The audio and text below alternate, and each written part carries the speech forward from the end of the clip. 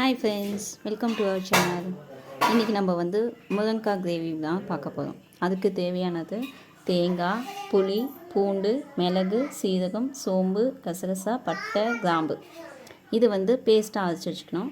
பேஸ்ட்டாக அரைச்சி வச்சுக்கிட்டு நான் முருங்கைக்காய் ஆல்ரெடி ஆஃப் பாயில் மாதிரி ஃப்ரை பண்ணி வச்சுருக்கேன், வேக வச்சு வச்சுருக்கேன். பச்சை மிளகா, வெங்காயம் இதெல்லாம் எண்ணெயிலே வதக்கி எடுத்துக்கணும். அதுக்கப்புறம் தக்காளி பேஸ்ட்டாக அரைச்சி வச்சுக்கணும். ஓகேவா? இப்போ நம்ம பேஸ்ட்டாக அரைச்சி எடுத்துகிட்டு வந்துடலாம். வாங்க ஃப்ரெண்ட்ஸ், இப்போ நம்ம தாளிக்கிறது எப்படின்னு பார்க்கலாம். தாளிக்கிறதுக்கு தேவையான அளவு எண்ணெய்,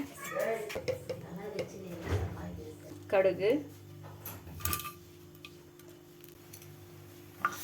நல்லா பொரிய ஆரம்பிக்குது. இப்போ நம்ம 3 பச்சை மிளகா போட்டுக்கலாம். வெங்காயம் கட் பண்ணி வச்சுருக்கேன், அதையும் போட்டுக்கலாம்.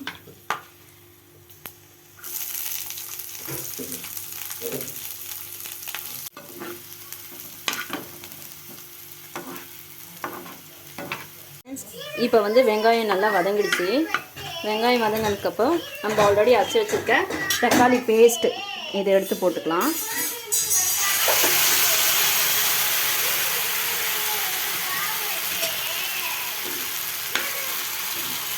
இந்த தக்காளி பேஸ்ட்டை நல்லா கொஞ்சம் நேரம் எண்ணெயிலே வதங்கிட்டோம்.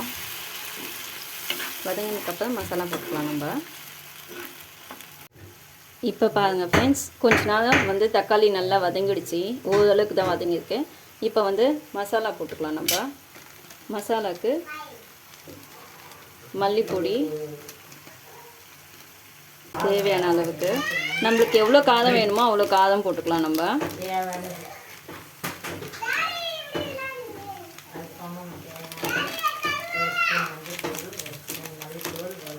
மஞ்சத்தூள், நான் கொஞ்சம் மசாலாவும் எக்ஸ்ட்ரா ஆட் பண்ணியிருக்கேன். அப்போ தான் கொஞ்சம் காரமாக இருந்தால் ஹஸ்பண்ட் நல்லா சாப்பிடுவார்.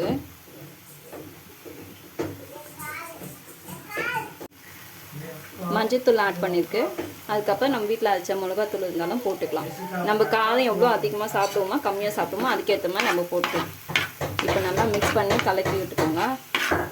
அந்த மசாலாலாம் தக்காளி கூட ஆடாட்டும்.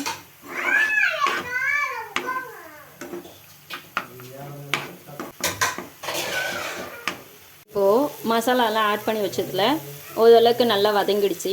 இப்போ நம்ம ஆல்ரெடி முருங்கைக்காவை கொஞ்சம் வேக வச்சுருக்கோம். அந்த முருங்கைக்காவை போட்டுக்கலாம்.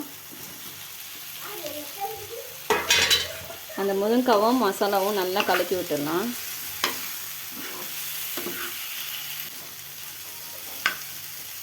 இது அப்படியே கொஞ்ச நேரம் வேகட்டும். மசாலா கூடவே கொஞ்ச நேரம் வதங்கட்டும் முருங்கைக்காய். இப்போ ஒரு மூடி போட்டுக்கலாம். ஒரு 5 மினிட்ஸ் கழித்து நம்ம ஓப்பன் பண்ணி பார்க்கலாம். இப்போ முருங்கைக்காய் ஓரளவுக்கு நல்லா வதங்கிடுச்சு. வதங்கினதுக்கப்புறம் நம்ம இப்போ தேங்காய் அரைச்சி வச்சுருக்கோம், தேங்காய் பேஸ்ட் அரைச்சி வச்சுருக்கோம்ல, அதை ஆட் பண்ணிக்கலாம்.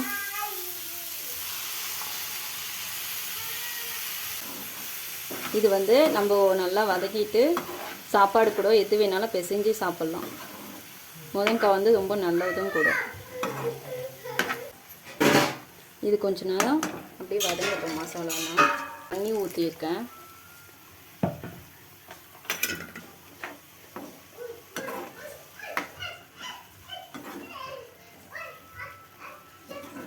நான் ஆல்ரெடி முருங்கைக்காய் வேக வைக்கும் போதே ஆஃப் ஆயில் வேக வைக்கும் போதே கொஞ்சம் சால்ட் போட்டு ஆட் பண்ணி தான் வேக வச்சேன். அதனால் இப்போ சால்ட் கம்மியாக போட்டுக்கிறேன் நான். நீங்கள் உங்களுக்கு எவ்வளோ வேணுமோ அவ்வளோ போட்டுக்கோங்க. சால்ட்டு வேணுன்ற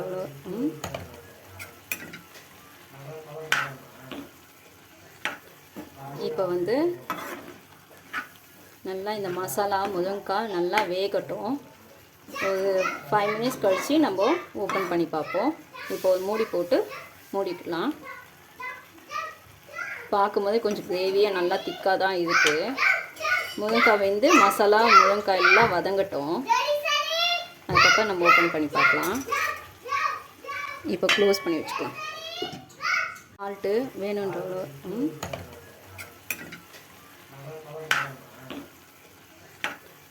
இப்போ நல்லா இந்த மசாலா முருங்கைக்காய் நல்லா வேகட்டும். ஒரு 5 மினிட்ஸ் கழித்து நம்ம ஓப்பன் பண்ணி பார்ப்போம். இப்போ ஒரு மூடி போட்டு மூடிக்கலாம். பார்க்கும்போதே கொஞ்சம் கிரேவியாக நல்லா திக்காக தான் இருக்குது. முருங்கைக்காய் மசாலா முருங்கைக்காய் எல்லாம் வதங்கட்டும். அதுக்கப்புறம் நம்ம ஓப்பன் பண்ணி பார்க்கலாம். இப்போ க்ளோஸ் பண்ணி வச்சுக்கலாம். வாவ், நல்லாவே வதங்கியிருக்கு. எண்ணெய் ஓரளவுக்கு நல்லா பிரிஞ்சு வந்திருக்கு. திக்காக தான் வேணும்னு நான் எதிர்பார்த்தேன், அதே மாதிரி வந்திருக்கு. நீங்கள் உங்கள் வீட்டில் செக் பண்ணி பார்த்துட்டு ட்ரை பண்ணி பார்த்துட்டு எப்படி இருந்துச்சுன்னு கமெண்ட் பாக்ஸில் கமெண்ட் பண்ணுங்கள். பாய்.